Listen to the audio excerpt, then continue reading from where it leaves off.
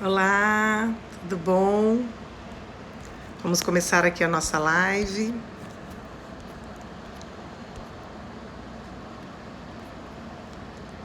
Tô querendo colocar aqui, olá, tudo bom? Então eu não tô conseguindo colocar comentários. Agora eu vou conseguir. Então, hoje nós vamos falar, continuando, né, nossa segunda-feira de bate-papo falando a respeito desse adolescer, né? E hoje a gente vai falar de drogas, só que especificamente vamos falar da maconha, né? Como que essa droga ela vai funcionar aí nos nossos adolescentes, né? Drogas de uma maneira geral, mas hoje a gente vai só falar da maconha. Vocês vão entender, né, a quantidade de informação que a gente tem para conversar sobre essa queridíssima, né? Que não é tão querida assim. Então, boa noite, gente. Tudo bom com vocês? Muito feliz aí da participação de vocês. É uma satisfação estar aqui toda segunda-feira, podendo partilhar com vocês aí esses conhecimentos a respeito da adolescência, né? De como é importante a gente conhecer esse período tão próprio, né, do desenvolvimento humano. Já falei sobre algumas informações que são peculiares e fundamentais, né? Então, se vocês quiserem, essas lives minhas ficam todas lá no meu canal do YouTube, no IGTV. Vocês podem assistir essas outras lives. Hoje a gente vai falar especificamente das drogas, da droga maconha, a gente vai falar especificamente da maconha. Mas se vocês quiserem acompanhar com as outras informações que eu já falei, fiquem à vontade, tá? Então, assim, o que acontece, né? A gente tem uma divisão muito grande aí ainda, né, sobre a maconha. Por um lado, algumas pessoas dizem que é a mesma coisa que beber algumas cervejas, né? Aliás, o álcool é um dos itens um dos temas que vamos abordar aqui do desenvolvimento da adolescência. Oi, tudo bom? Então, por um lado, ela é a mesma coisa que beber cerveja, fumar uma maconha, e também, hoje em dia, a gente sabe que ela é usada de maneira medicinal, né? Como analgésico. E aí a gente tem que prestar atenção nessas informações, tá? E por um outro lado, a gente percebe que os estudos, eles afirmam, de fato, que fumar maconha pode levar ao uso de drogas mais pesadas e até prejudicar o intelecto. E a gente vai ver isso hoje bem especificamente. Eu anotei várias coisas aqui para trocar com vocês. Nos últimos tempos, a gente sabe que ela foi legalizada em alguns estados lá dos Estados Unidos. No Washington e Colorado já foi legalizada para uso recreativo, tá? Então, haja confusão, né? Haja confusão a respeito de maconha. Fumar ou não fumar, faz mal ou não faz mal, é pior ou melhor que cigarro, e etc, etc. Então, vamos entender no cérebro como que isso funciona quando a gente pega uma maconha e fuma, tá? Então, ela é uma droga que ela é muito preferida, né? Existe aí um movimento bastante grande de uma preferência muito grande pela maconha e relativamente entende-se que ela é benigna, tá? No Brasil, ela é sujeita a penalidades, tá? Então, tanto quem vende quanto quem adquire é considerado um crime, tá bom? Então, a neurociência, ela mostra pra gente que não é tão desprovida das consequências de fumar maconha, tanto para os adolescentes quanto para os adultos. Aí a gente vai ver algumas diferenças, porque lembra do desenvolvimento cerebral do adolescente, que começa por volta dos 11, 12 anos e vai até os 24? São 12 anos se desenvolvendo aqui dentro, de trás para frente.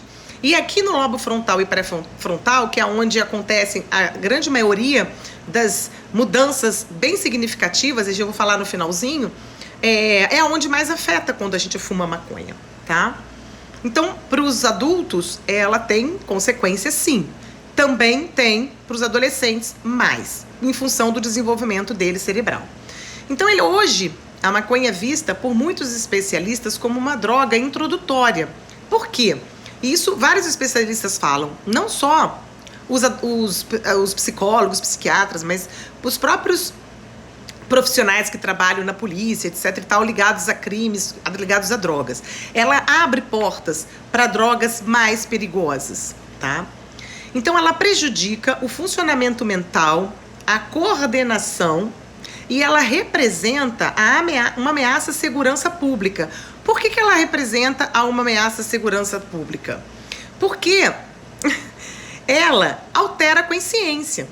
Se ela altera a consciência e eu vou dirigir, é igual beber. Se eu bebo, eu altero a minha consciência e pego um carro. A gente sabe hoje que é proibido, né? Existem multas muito graves. A mesma coisa acontece quando a gente está usando drogas. Tem drogas, inclusive, que são medicamentosas, como drogas...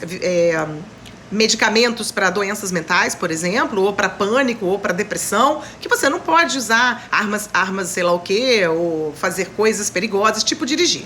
Então, ela também é uma ameaça à segurança pública, né? Então, será que ela é tão inofensiva assim? Então, apesar de ter 7 décadas de criminalização, ela continua sendo a droga ilícita mais popular do mundo, gente. Ela é a mais popular do mundo, tá? E, infelizmente, a idade que se tem iniciado o uso está cada vez menor. Então, a gente percebe que o uso da maconha tem se instalado cada vez em adolescentes mais jovens ainda. E não sei se vocês se lembram, mas é nesse início da adolescência que o cérebro, ele está bem começando a se desenvolver, ele está em pleno desenvolvimento. Então, ali existem determinadas atividades que estão no auge delas de desenvolvimento. E aí vocês vão ver a substância que tem na maconha, como que ela provoca, o que ela provoca, onde ela atua quando você ingere a maconha, tá? Ingere, parece que tá bebendo, né? Mas não é não. Ingere a droga. Então, e aí, olha só, professora, como aprendo com você. Obrigada, querida. Olha só o que tem acontecido hoje em dia. Então, na verdade, a maconha ela vem superando o álcool como saúde pública na adolescência. Nos últimos 5 anos, gente, o abuso dessa substância foi responsável por 2/3 das internações de adolescentes entre 15 e 19 anos, tá? Comparados a menos de 1/3 por decorrência de álcool. Então, o álcool também é uma droga, o álcool também é complicado, o álcool também ele é preocupante. E aí a gente tem percebido que a quantidade de usuários de maconha vem aumentando cada vez numa idade menor na adolescência. E o que a gente percebe aí nessas internações, porque você vai buscar uma droga mais forte e a gente vai entender por quê. O que percebe que de 5 anos para cá, 2/3 são internados em função do uso da maconha, né, entre os adolescentes de 15 e 19 anos que vão ficando viciados de verdade, sabe? De não conseguir viver sem aquilo e acabam também fazendo uso de outras drogas mais pesadas. E outras decorrências piores a gente vai ver. Vou falar também numa outra live, hoje não vai dar tempo. Gostaria muito de poder falar da maconha e do MD, mas não vai dar tempo. Vou falar do MD depois, tá? Quando eu falar das drogas mais pesadas. Em decorrência do álcool, né? Então você vê aí que loucura que está acontecendo. Então a cannabis, ela é a única planta que contém a classe singular de compostos ou metabólicos moleculares conhecidos como canabinoides. Por que é importante a gente saber disso? Vocês vão entender. Inclusive o THC, que é o tetraidrocannabinol, que é o grande responsável pelos efeitos fisiológicos e psicofarmacológicos peculiares da maconha. Tá? Mais de 400 substâncias foram identificadas na cannabis, que são chamados de endocannabinoides, que são os cannabinoides internos. E por que eu estou falando isso? Por que é importante a gente entender isso? Porque a gente tem receptor natural de canabinoides nos neurônios, e inclusive em ambos os lados da sinapse. Então a gente tem um neurônio. Neurônio é uma célula que está dentro do cérebro. Então células neuronais são chamadas de neurônio. Nosso corpo é todo formado por células. Então, quando eu tô aqui falando, eu tô pensando... Oi, querido Nilson. Meus neurônios estão sendo ativados. E quando eles ativam, precisa acontecer uma comunicação entre um neurônio e o outro para que um pensamento se forme. Essa comunicação é chamada de sinapse. Então, esses receptores naturais de canabinoides, eles existem, né? E nos neurônios em ambos os lados. Tanto de um neurônio que está buscando se comunicar com o outro, quanto que o outro está recebendo a informação, tá? Então, quando a maconha é fumada, não é ingerida, é fumada, o THC, ele é rapidamente absorvido no sangue e distribuído por todos os tecidos. Então, ela vai afetar a temperatura corporal, ela vai afetar a pressão sanguínea e os ritmos cardíacos e respiratórios. Mentalmente, ela vai causar um estado alterado de consciência, que é percebido como relaxamento, prazer e até euforia. Por isso que experiências sensoriais comuns são intensificadas, né? O ato de ouvir música é intensificado, de assistir filme, de comer. Então, quando a gente usa alguma substância para alterar a nossa consciência, essas sensações, o cérebro sensório, ele se intensifica. Mas a gente está falando da maconha sendo usada de maneira completamente sem conhecimento, sem, como é que se diz? Lembra que os adolescentes, aqui no cérebro, no córtex frontal e pré-frontal, que é o responsável pela tomada de decisão, pelo discernimento se aquilo é correto ou não, pela continuação de uma tarefa, pela avaliação de cometer erros, que é o discernimento de estar certo ou errado ou não, inclusive sobre o equilíbrio das emoções. Tudo isso é aqui nesse lobo frontal que é desenvolvido. Então, quando você vai ingerir algo para alterar a sua consciência, a consciência dos adolescentes já não é tão fofa assim. A capacidade de fazer esses discernimentos, de avaliar uma realidade da maneira que a realidade ela é ainda está sendo desenvolvida. Apesar dos adolescentes falarem que a verdade deles, eles são muito categóricos, muito intensos, ok, tá certo. Só que a capacidade de fazer uma avaliação real daquela realidade, ela não está desenvolvida assim, tá? Então, a ansiedade o que acontece com a ansiedade quando você fuma maconha? Ela costuma diminuir, mas às vezes também ela pode aumentar. E ela também pode causar depressão e paranoia. Então, depende muito daquele estado. É muito comum a gente ver o uso de maconha em adolescentes e jovens que são bem ansiosos, que têm um comportamento ansioso muito grande. Assim, a gente tem as tipologias psicológicas, a gente tem as formas específicas das pessoas serem, estar no mundo, né? De se manifestar no mundo. Então, um jovenzinho que tem muita dificuldade de concatenar o que pensa, que os pensamentos estão bem desorganizados, estão bem acelerados, ou ele ainda não tem, assim, muita organização mental, aquilo causa uma ansiedade, porque ele não está dando conta de dar conta daquilo que ele está pensando, daquele cenário que está ali se descortinando na frente dele. Isso vai gerar um comportamento de ansiedade, ele vai viver ansioso, vai acelerar, e aí pode ser que aí a maconha ela entra como uma diminuição de ansiedade. E aí, perfeito, medicinal, será? Vamos parar para pensar. Porque será que ele tem alguma dor específica? Será que ele está usando de fato para ter um efeito analgésico, como de fato a maconha faz? Mas vamos chegar lá. Então, doses elevadas pode sentir redução de motivação, redução da espontaneidade, bem como letargia geral. E às vezes até alucinação, confusão e náusea. É muito comum a gente ouvir pessoas que relataram que fumaram uma vez e tiveram alucinações, e tiveram miragens. É muito comum também que ficaram enjoadas, aí não quiseram mais fumar. É muito, muito comum esse relato. Mas a maioria das vezes é meio essa onda que eles chamam, né? Então, os efeitos da maconha quando você fuma, você pode fazer sentir depois de 15 minutos que você fuma maconha e até durar 3 a 4 horas para aparecer os efeitos. Um outro efeito muito comum que a gente conhece, né, no uso da maconha é a larica, né, que é o aumento do apetite. E a base desse efeito é neurobiológica. Por quê? Porque afeta o hipotálamo, que regula a ingestão de alimentos. Então você vê como vai mexendo naquele processo químico, nas funções aqui cerebrais. Então o THC, como a gente já falou, ele é um agente psicoativo da cannabis. E ele é que produz essa onda.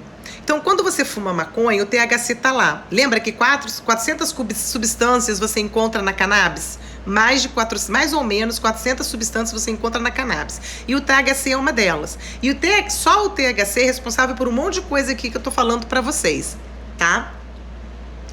Então, ele vai produzir essa onda, porque ele é psicoativo, ele ativa, né, a mente.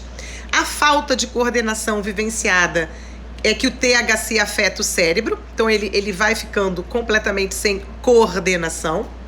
Aí vocês vão perceber a fala arrastada, a hipersensibilidade ao som e outras distorções auditivas e visuais. Além da sensação do tempo acelerando ou diminuindo, né, que são resultados do THC no cérebro, né, nessas áreas aí das regiões sensórias do nosso querido cérebro.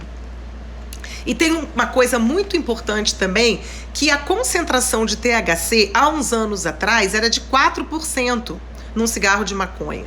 Hoje, a gente percebe que a ciência mostra, né, que é de 10% a concentração de THC dentro de um cigarro de maconha, tá? A questão mais crucial é que o THC para os adolescentes perturba o desenvolvimento das vias neurais. Então vocês veem, ele está em pleno desenvolvimento, nem ebulição ali. E aí ele vai fumar maconha, vai afetar esse desenvolvimento aí dessas vias neurais. O cérebro adolescente ainda está dispondo de substância branca, que é aquela substância responsável por essas sinapses. Porque a minha, por exemplo, para eu discernir a minha realidade, se ela é razoavelmente boa ou não, se vou ter consequências essa minha atitude, como um adulto deveria fazer, né, é através da substância branca, que é o neurotransmissor que provoca ali a sinapse entre um neurônio e outro. Então ela ainda está sendo desenvolvida. A quantidade de substância branca no cérebro adolescente é infinitamente menor relacionado às substâncias cinzentas, tá? Que são os neurônios.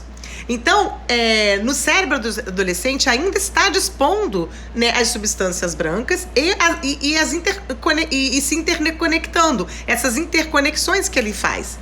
Então, estas perturbações são muito mais nocivas do que ocorre no cérebro adulto. Então, é nocivo no cérebro adulto? Sim. Pesquisas mostram, neuroimagens, né, cerebrais mostram.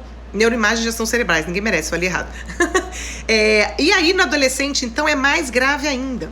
Então, o cérebro adolescente, ele é muito mais intenso do que o cérebro do adulto. Nós já falamos isso em outra live, das 4 características, das 4 qualidades do cérebro adolescente, tá? A gente já conversou sobre isso. Depois é só vocês irem lá ver. Então, ele é um cérebro muito mais intenso.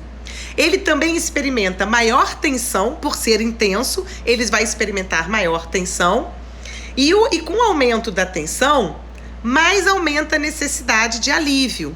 E aí entra a maconha, né? O álcool ou qualquer outra droga, tá? Vamos seguindo.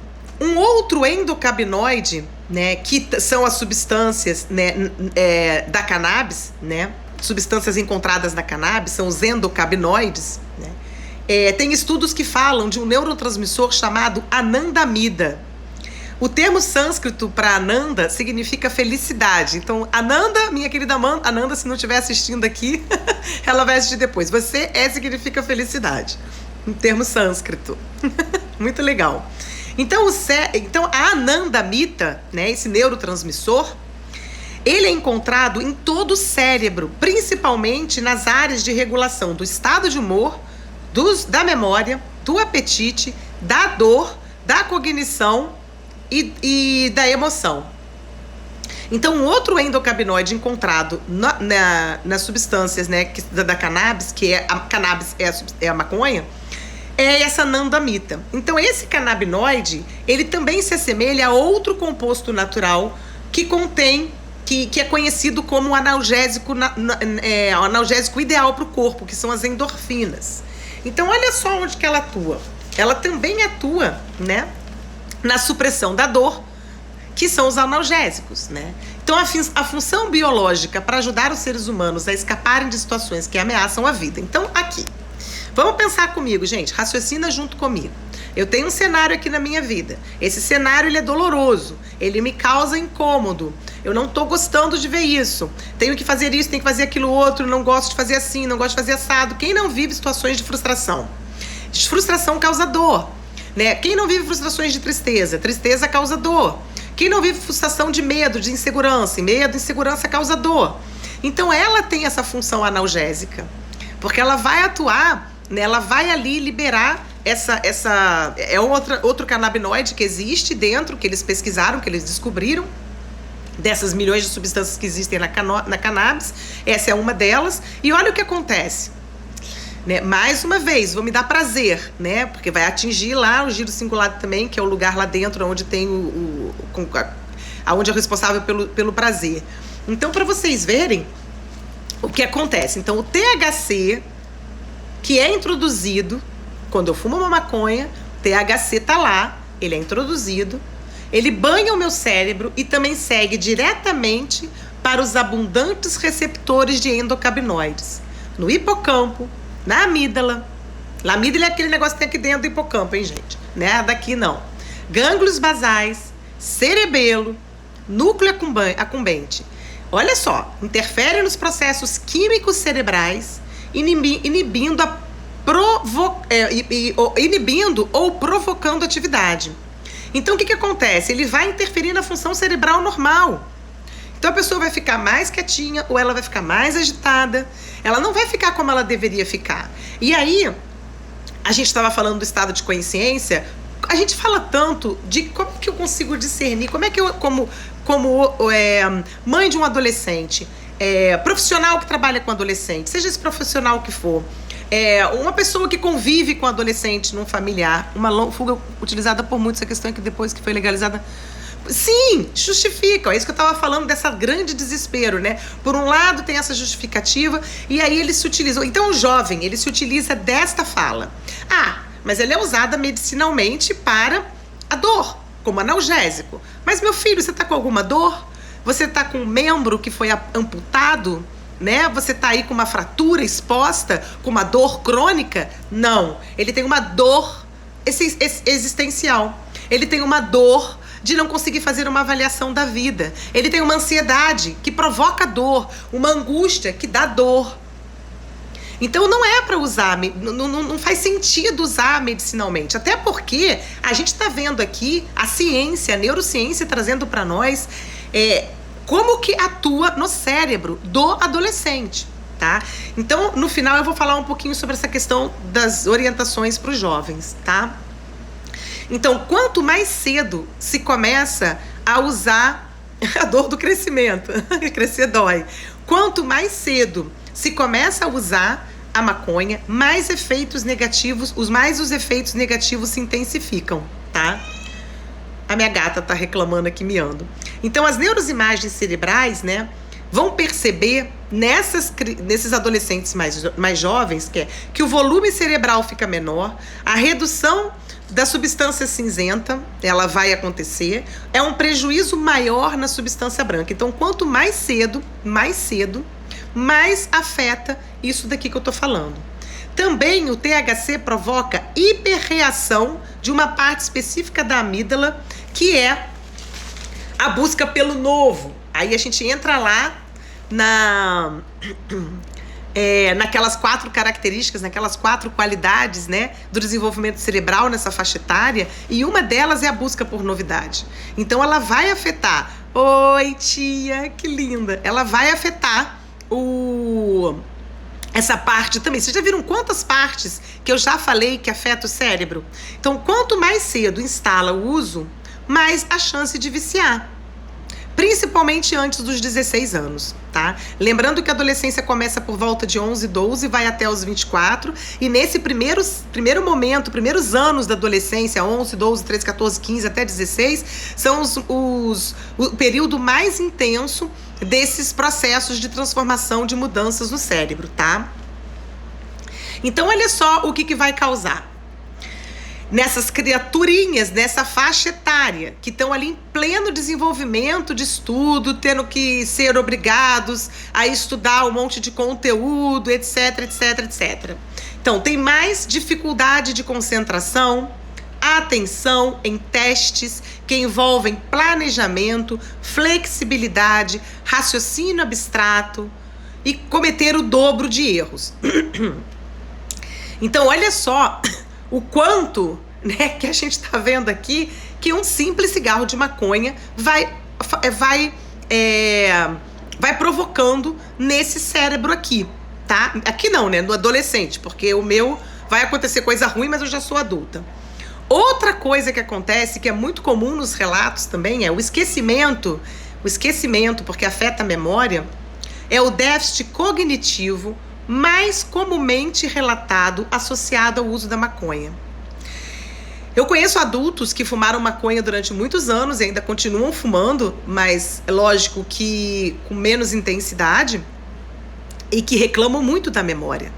Muito. E isso, assim, a maconha, ela vai provocar efeitos muito danosos de médio a longo prazo. Mas no adolescente, ela já começa a danificar o desenvolvimento cerebral. Assim, a gente já tem uma sociedade com uma educação que é na contramão do desenvolvimento do adolescente. A gente já tem pouco conhecimento, porque essas informações são de umas décadas para cá. Muita pouca gente acessa, busca essas informações. Então isso já é algo complicado aí para nós, né? Beber uma aguinha. E aí, eles já são obrigados a ter um estudo, a ter um desenvolvimento de estudo e pouco estímulo dessa grande capacidade criativa que eles apresentam nessa faixa etária, que é uma das 4 características. Outra, essa busca por novidade, que é algo assim absolutamente enorme para poder ter recompensas. O cérebro busca recompensa. Então, quando eu vou lá ingerir a maconha, o THC, ele vai afetar essa parte lá específica da amígdala, que é responsável pela essa busca do novo, eu vou cada vez precisar mais de maconha para poder aprender, porque eu não estou dando conta mais de aprender. Além disso, ela também ataca a memória, tá? Outra coisa que ela ataca, a memória do adolescente afetada por... a memória, ela fica afetada por dias e às vezes por semanas, às vezes mais de meses, né? O prejuízo da memória e a aptidão de aprendizagem é percebida nos usuários de maconha, principalmente os adolescentes. Outros estudos mostram a redução do QI verbal. Então, vai afetar o quê? A tomada de decisão, porque eu tenho que dizer aquilo que eu estou decidindo, principalmente porque é tudo aqui no córtex pré-frontal e frontal, que é a última parte a ser desenvolvida.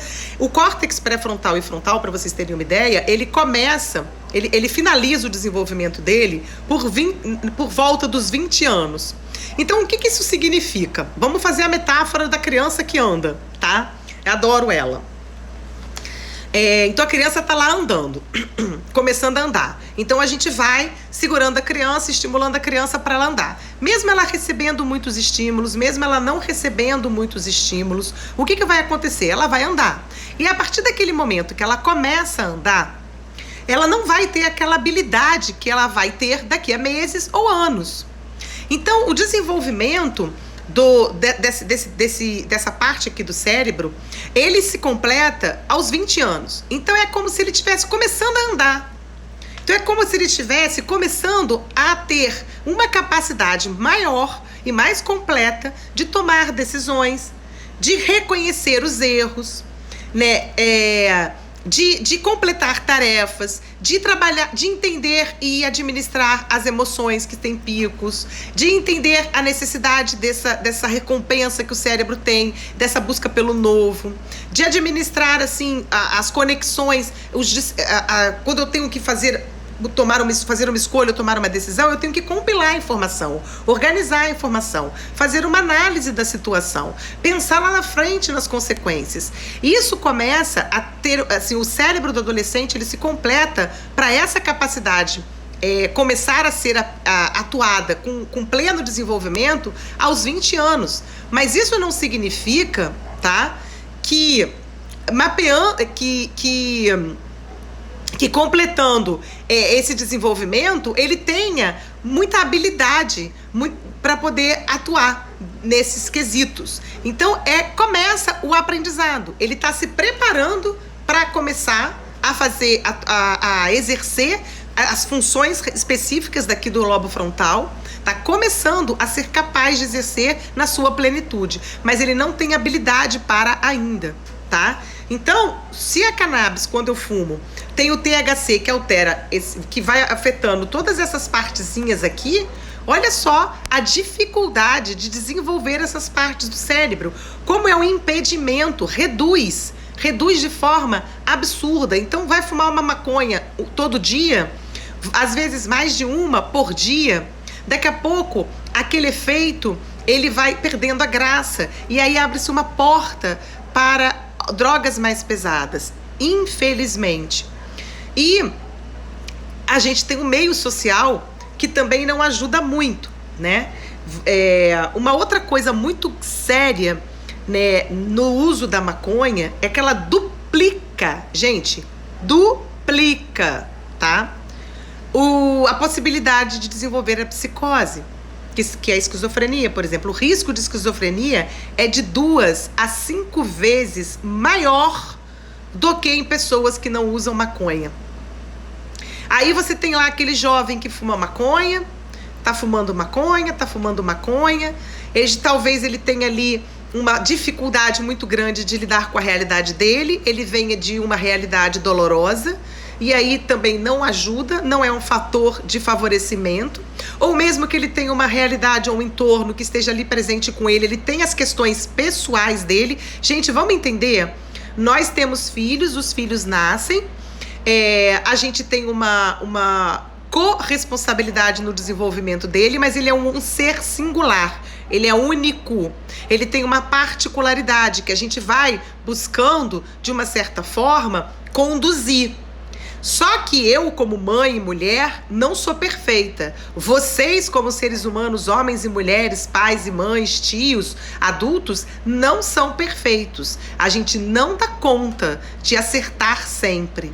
Então, a gente tem uma corresponsabilidade, sim, de perceber aquele jovem que está ali, aquela criança que a gente está ali educando, e muitas vezes a gente não dá conta de tudo, e não dá conta mesmo.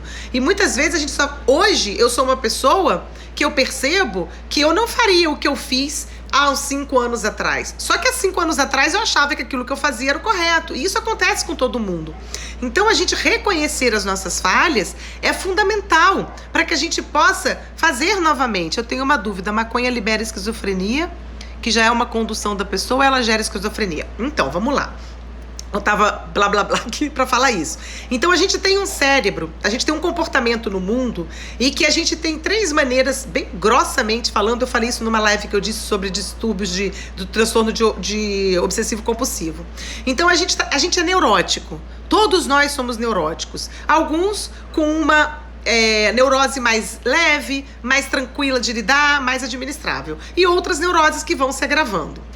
A neurose é uma distorção da realidade. Eu olho para a minha realidade e eu distorço a minha realidade. Eu vivo um sofrimento. Eu fico alimentando o meu sofrimento. Eu não busco autoconhecimento. Eu não busco entender de onde vem esse sofrimento. Muitos dos meus conteúdos são inconscientes, são gigantes, tá? Inconscientes. Então eu não dou conta, eu não sei, eu não conheço por quais motivos eu faço determinadas coisas. E muitas vezes eu não quero saber. Aí eu vou delegar para o meu externo, eu vou delegar para as pessoas, e eu não olho para mim, eu não busco esse autoconhecimento, ter consciência de que eu sou a única responsável pela minha vida e pelas minhas escolhas. Então a gente vive muito no sofrimento e alimentando esse sofrimento, em algumas situações mais, outras menos. Tem gente que fica se alimentando isso neuroticamente na vida. A psicose, que é a esquizofrenia, ela é o rompimento com a realidade. Então você já tem aí uma pessoa com uma postura na vida de muita dificuldade de olhar para a realidade dela. Um jovem adolescente que deve viver situações de muita dor, muito sofrimento, de uma sensibilidade absurda, porque a pessoa só tem dor e sofrimento porque ela é sensível àquilo. Eu não vou me sofrer e ficar mal e angustiado se eu não tenho sensibilidade. Eu vou partir para o automático. Ah, tá. Se eu tenho uma sensibilidade maior, eu vou sofrer. Mas como eu lido com o sofrimento? De maneiras neuróticas. Por isso que aí a gente é neurótico. Só que tem vários graus e tem intensidades e diversos transtornos que a gente vê descritos aí, que a gente analisa. A psicose, a esquizofrenia, ele é um rompimento com essa realidade. Então a gente chama as pessoas de loucas, né? Ah, enlouqueceu fulano, tá doidinho, coitado, tá fora do ar. E a gente fala esses nomes, né? Mas é porque houve um rompimento. Então o uso da maconha, como eles estão dizendo aqui, o risco de desenvolver uma psicose é de 2 a 5 vezes maior do que uma pessoa normal. Por quê? Se eu já tenho essa predisposição, se eu já tenho essa sensibilidade aflorada, se eu já tenho essa condição de dificuldade, e eu vou usando maconha, aí eu uso MD, aí eu, sei lá, um êxtase e por aí afora, ela pode dar, sim, provocar um surto psicótico. Pode sim, tá? E a pessoa já tem ali uma predisposição, ela já tem ali uma condição que leva ela a isso, tá? Não é só condição cerebral que eu falo, não é genético. Entendam isso, gente. O Bruce Lipton, aquele biólogo que escreveu aquele livro, A Biologia da Crença, ele deixa isso claro. A gente transforma nossas células com a nossa percepção da vida. Por isso que a gente pode se curar. Mas isso é muito difícil porque a gente não busca autoconhecimento profundo, tá? Não busca autoconhecimento mesmo. Então a gente vai vivendo de maneira neurótica e vai alimentando dor, e essas dores vão vindo pro corpo, vão vindo pro comportamento, vão vindo pra mente, e a gente cria o samba do balacobaco. Essa que é a grande verdade. E aí ele afirma que só 2% das nossas condições de patologias são genéticas. Então existe ali uma predisposição, sim, daquele adolescente, em função do meio que ele vive, da família que ele é educado, porque a gente tem modelos parentais. Os nossos pais, eles são modelos para nós. Por que em famílias que tem muita gente que desenvolve câncer, famílias que tem muita gente que tem depressão, a gente fala, genético? Não, é modelo comportamental. E por que tem uma pessoa que não tem aquilo tudo? Ela se salvou? Ela é filha do padeiro? Não! Ela tá buscando uma forma diferente de se conduzir a vida dela, tá? A minha gata tá ali desesperada para sair, mas eu não vou sair daqui, né? Eu tô falando com vocês. Então, e além disso, não só da esquizofrenia, espero que eu tenha te explicado, Ana, não só da esquizofrenia, mas também para outras doenças mentais. Depressão, tá? Pânico e por aí afora. Depressão, então, nossa senhora, tá? E aí, o que é... Vamos entender transtorno, né? Eu falei isso na live que eu falei de transtorno obsessivo-compulsivo, porque tem a diferença de uma personalidade obsessiva-compulsiva e a diferença do transtorno obsessivo-compulsivo. São duas coisas diferentes, tá? O transtorno, a palavra transtorno, ela significa o ato ou efeito de transtornar.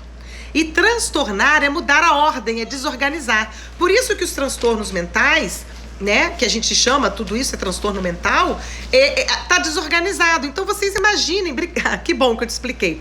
Imaginem o cérebro que está em está em construção de se organizar. O cérebro adolescente, ele está em construção de se organizar. Vem a maconha e desbaracala tudo aqui. E desembaralhar tudo e desorganiza mais ainda, porque já está em construção de organização, né? Isso é que é triste, sabe? Então, fumar maconha altera os receptores de múltiplas áreas cerebrais. Isso é muito sério.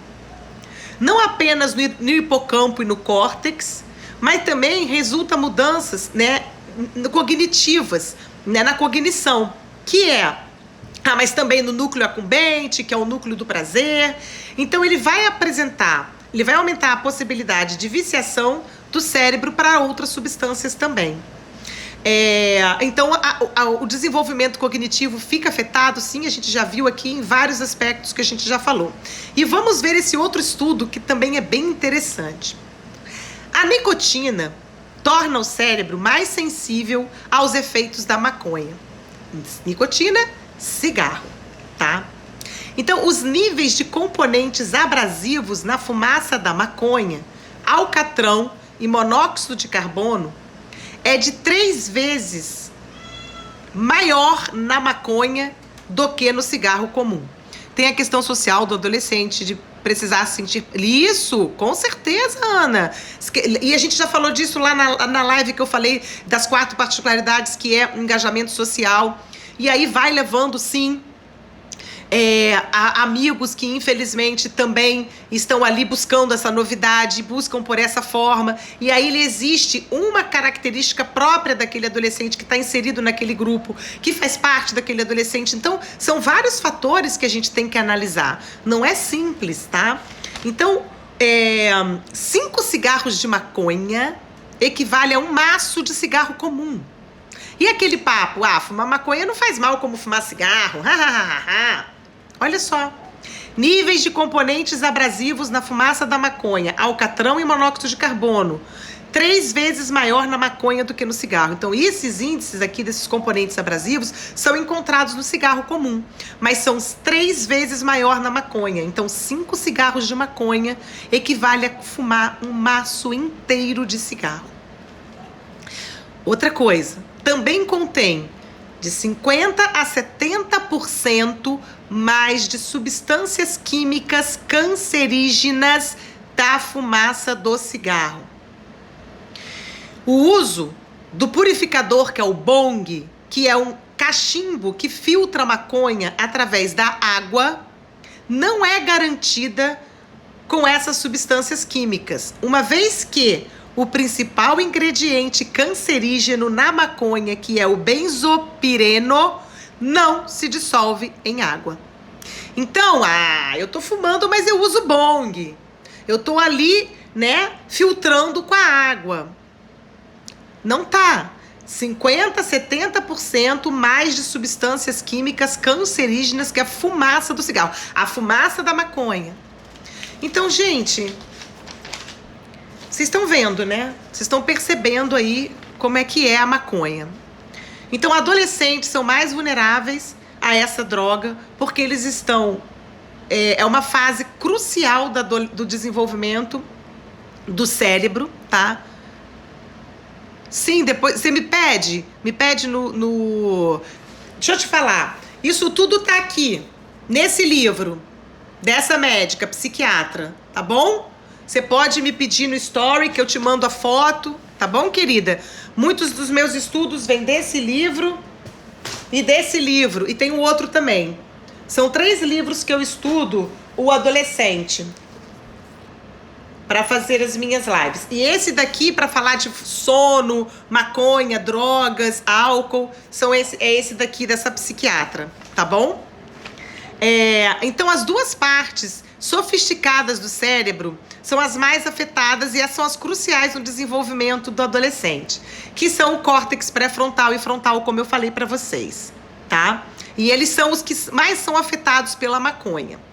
Então, partes do cérebro são regiões cerebrais usados cotidianamente para as tarefas cognitivas básicas. Então, o pré-frontal aqui, pré-frontal e o frontal, são essas regiões cerebrais que são usadas constantemente no dia a dia para essas funções cognitivas básicas, que são o pensamento abstrato, a alteração de comportamento pelas consequências do meio, a inibição de respostas impróprias, tudo isso que eu tenho falado para vocês nessas lives. Então aqui, como o cérebro desenvolve de trás para frente, aqui é só aos 20 que isso aqui vai estar completo. Então só aos 20 que ele vai ter uma capacidade desse lobo frontal estar completo, para que ele comece a exercitar tudo isso daqui. Então, por isso que é massificante, vou fazer um parênteses aqui, como o Enem vai na contramão do desenvolvimento do adolescente. Me desculpe quem gosta do Enem e acredita no Enem. É complicado, tá? Eu não aguentei não falar. E aí a maconha hoje, ela é muito mais sedutora, ela é muito mais perigosa, E ela é muito mais fácil de obter, basta você ligar num WhatsAppzinho assim básico na internet. Ela é mais sedutora porque você viu o THC? Tem 10% a mais, antigamente era só 4% do THC que encontrava na maconha, hoje são 10%. Você viu tudo que o THC faz, né? O que a gente não pode fazer, gente? Não pode minimizar o problema, tá? Não pode mentir pro adolescente. Não dá para minimizar o problema, não dá para mentir pro adolescente e tem que repetir quantas vezes forem necessárias. E eu acho que, acima de tudo, a gente precisa também, quem trabalha com adolescente, quem tem filhos, né, pessoas da família que estão vivendo esse problema, acho que, acima de tudo, é compreender, né, ter uma postura firme de repetir, de estar ali em constante acompanhamento,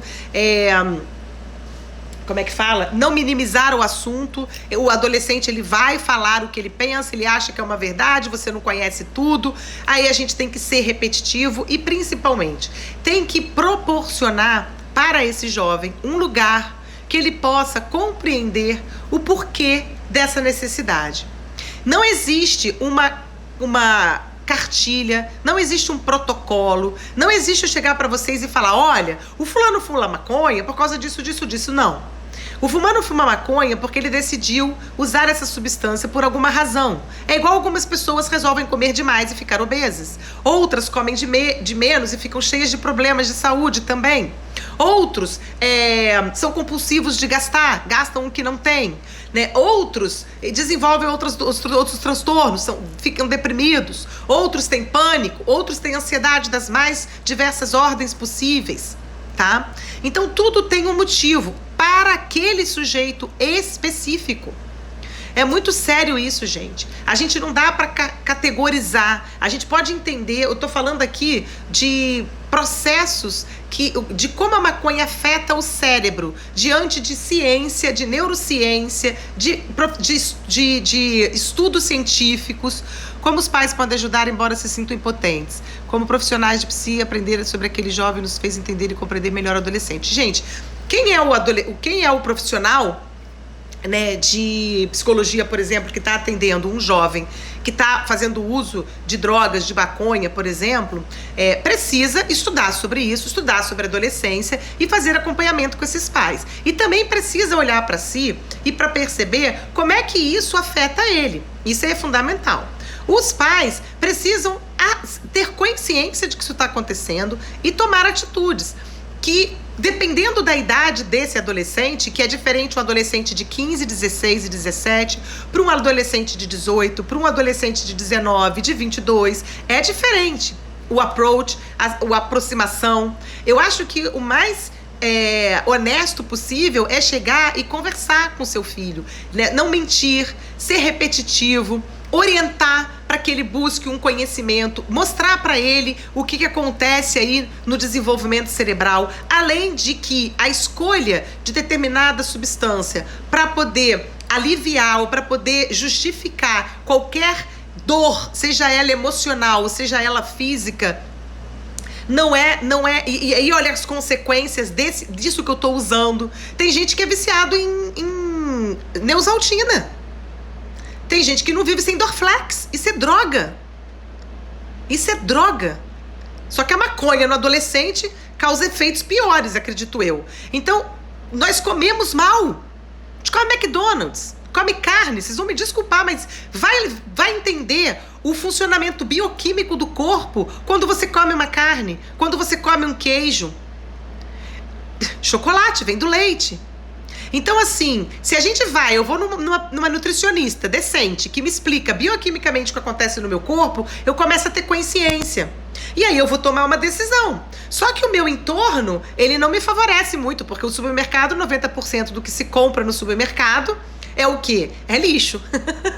Então, é difícil viver nesse mundo, não é fácil. Então, conscientizar o nosso adolescente, seja ele filho, seja ele você esteja atendendo como uma profissional, ou seja que profissional que você for, que está ali com adolescente, familiar, é importante mostrar a ciência, informações da ciência, e eles vão se justificar porque é o cérebro, mas não. Mas a gente tem que dizer, ok, isso acontece no cérebro, Ok, mas o porquê que te leva a fazer isso? Cadê a tua...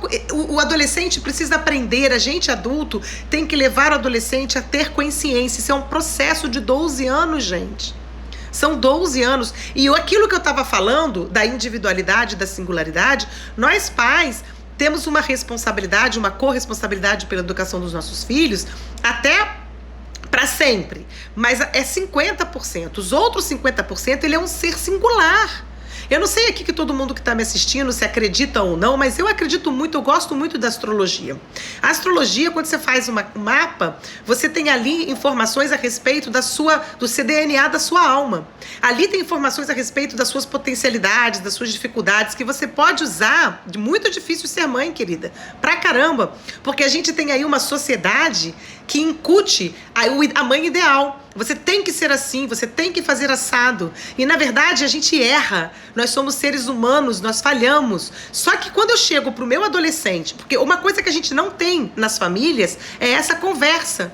A gente conversa de tudo, mas falar, um pai e uma mãe chegar para um filho adolescente e falar que... Tô rindo porque eu adoro astrologia, né? É um instrumento maravilhoso de fazer o jovem se entender. A gente também, pelo amor de Deus, né? Excelentes astrólogos que fazem leituras terapêuticas, leituras sérias, te dão um mapa da tua vida na tua mão. E você consegue se entender de uma maneira assim que vale anos de terapia. Olha que eu sou psicóloga e terapeuta. O que eu estava falando? Né, desse comportamento da mãe. Então, assim, a gente não tem costume, não é da nossa educação, da nossa sociedade, chegar para um filho nosso e falar que a gente falhou. E pedir desculpas e perdão por ter falhado naquela época, quando aquilo aconteceu, mas era a única coisa que eu podia fazer porque eu não sabia fazer diferente. E aí o nosso filho e a nossa filha têm a oportunidade de ver que o pai e a mãe, eles são feitos de carne e osso e eles falham e que isso não diminui a minha autoridade de pai e mãe. Isso só mostra para eles não nos idealizarem. E para que eles nos ouçam. E para que eles, né, pensem, reflitam sobre aquela atitude que eles estão tendo. E se a gente puder oportunizar para esses jovens uma terapia, um autoconhecimento, isso vai favorecer demais para que eles possam aprender a ir refletindo e se questionando sobre as tomadas de decisão que eles estão fazendo. Né? Então, é um trabalho tão cansativo quanto ter uma criança. Né? A gente olha para os adolescentes, muitas pessoas olham para os adolescentes e imaginam que eles são mini-adultos. E eles não são, eles são adolescentes. Adolescente não é mini-adulto, adolescente é adolescente, como criança é criança. E conhecer essa fase de 12 anos é fundamental. Diálogo, amor, levar ambas as partes se conhecerem. Nossa, gente, isso é fundamental e é super raro. Você vê um pai e uma mãe chegar para os filhos e conversarem, sabe, de verdade, falar o que eles sentem, sabe, reconhecer uma falha. Qual o manejo clínico quando o adolescente traz a notícia que faz uso de uma droga sem o conhecimento dos pais? Eu aviso para o meu adolescente, porque a gente está falando de menor de idade, porque lá no início da minha entrevista inicial, eu já digo para eles que eles são adolescentes, que eles são menor de idade, a responsável por eles são os pais, tá? Então, quando eles chegam para mim com essa notícia, eu chego para eles e falo, vamos trabalhar quem vai contar. Ou nós, aqui dentro, eu trago os seus pais aqui, nós contamos, ou você conta. Trazer a responsabilidade para ele, dando acolhimento e apoio. Eu jamais vou chegar para um pai e uma mãe e vou ligar, olha, teu filho me contou que fumou maconha. Eu trabalho com o meu adolescente isso e eu acredito nisso demais, porque é para isso que me contrataram, é para isso que estão investindo o dinheiro em mim, no meu trabalho. Então, por isso que nós, psicólogos, precisamos nos trabalhar, fazer terapia, conhecer os nossos impedimentos, os nossos bloqueios, os impactos que determinados atendimentos fazem em nós, nas nossas histórias, né? Que link emocional com aquela história eu estou fazendo que está me impedindo. Então a gente tem que ter muita honestidade, tem que ter muito conhecimento. Quando eu faço entrevista, por isso que eu faço entrevista inicial, porque eu quero que aquela família, principalmente com o adolescente, me conheça e saiba, e aquele adolescente saiba que o meu trabalho é muito transparente dentro de uma certa ética. E o adolescente pode vir me implorar qualquer coisa, eu vou trabalhar com esse adolescente, né? E, gente, adolescente é muito bom de trabalhar. Nossa, vocês não têm noção de como eles são maravilhosos. É só a gente conhecer essas particularidades deles, dessas particularidades do cérebro, e usar isso a nosso favor. É muito mais fácil você conduzir um adolescente para uma atitude mais honesta, mais digna, mais verdadeira, mais conectada com o que ele deseja do que um adulto. Muito mais fácil conduzir um adolescente para uma atitude mais séria no que diz respeito a valores, a ética, a moral, a humanidade. Muito mais fácil de conduzir um adolescente para isso. Agora, você tem que ser um profissional ético. Tem que ser um profissional ético, com valores. O meu adolescente tem causado uma revolução na minha vida. Eles causam. E olha, não acaba aí, vai até os 24, tá? Vai melhorando. Eu aconselho a vocês, esses livros todos vocês podem ler, pais, educadores, profissionais, psicólogos, todos vocês podem ler, os adolescentes podem ler, tá bom? Não tem problema nenhum, acho que é até bom demais eles lerem. Quem dera se meus filhos lerem. Eu fico mandando pra eles, mas eles não leem. Mas eles escutam o que eu falo um pouco, né? Porque eu também não sou perfeita. E os meus filhos já são adolescentes que estão saindo da adolescência. Minha filha com 24 e meu filho com 20 vai fazer 22. Então meu filho me preocupa mais do que ela, mas ela me preocupa também. E filho preocupa pra sempre, não adianta. Eu me preocupo sim, Dináurea. Oi, querida, tem que se preocupar sim. Então, o que a gente faz? A gente busca um profissional para se orientar, a gente lê, a gente se informa, vai buscar ciência, tá? Ai, meu Deus, eu não dou conta de postar isso não, querida. Eu prefiro que você... postar lá no Stories depois os livros, tá? Vou postar. Eu postei na outra live que eu fiz. Eu tirei foto e postei, mas vocês podem me perguntar lá que eu tiro foto pra vocês também e mando. Mas eu vou postar, tá? Quando acabar a live aqui, eu tiro foto e posto lá no meu story. Ai, meu Deus, eu e a tecnologia. Até que eu me saio bem. Gente, é isso, né? Finalizando aqui a nossa live. Muito obrigada mais uma vez. Meu carinho, minha gratidão. Sim, os livros. Por vocês, pela participação de vocês. Me preocupo com a droga lista. Eu também, né? Dependência física, química, qual é a pior? Não tem pior, cara. Depende muito da condução. Por isso que é importante a gente, porque assim, facilita. Gente, olha só. Não tem melhor e pior, Dináurea. Tem o seu filho, que é subjetivo. Gente, não criem critérios, não criem cartilhas. Cada filho é um filho dentro de um contexto, dentro da subjetividade dele, tá? Então é muito importante que a gente olhe para cada um dentro da sua própria subjetividade, da sua própria singularidade. Então não tem cartilha. Por isso que é bom a gente estudar, a gente ter ciência, o estudo científico nos embasa muito. Os profissionais que trabalham com isso podem nos orientar e nos ajudar bastante, tá? Então, tá acabando, faltam só 2 minutinhos. Eu só tenho a agradecer mais uma vez. A live vai ficar gravada lá no meu IGTV e também no meu canal do YouTube. E eu vou botar, quando eu encerrar aqui, os livros para vocês terem como referência, que vocês podem ler, vocês podem entregar para os adolescentes lerem, tá bom? Gente, eu que agradeço. Semana que vem tem mais. Segunda-feira, às 20h30. Estaremos continuando a falar desse adolescer, os desafios do adolescer. E hoje falamos sobre a droga maconha. Semana que vem tem mais. Tem álcool, tem drogas pesadas, além de outras coisas. Tá bom, gente? Então, um beijo no coração de vocês, muita gratidão e até semana que vem. Tchau, gente!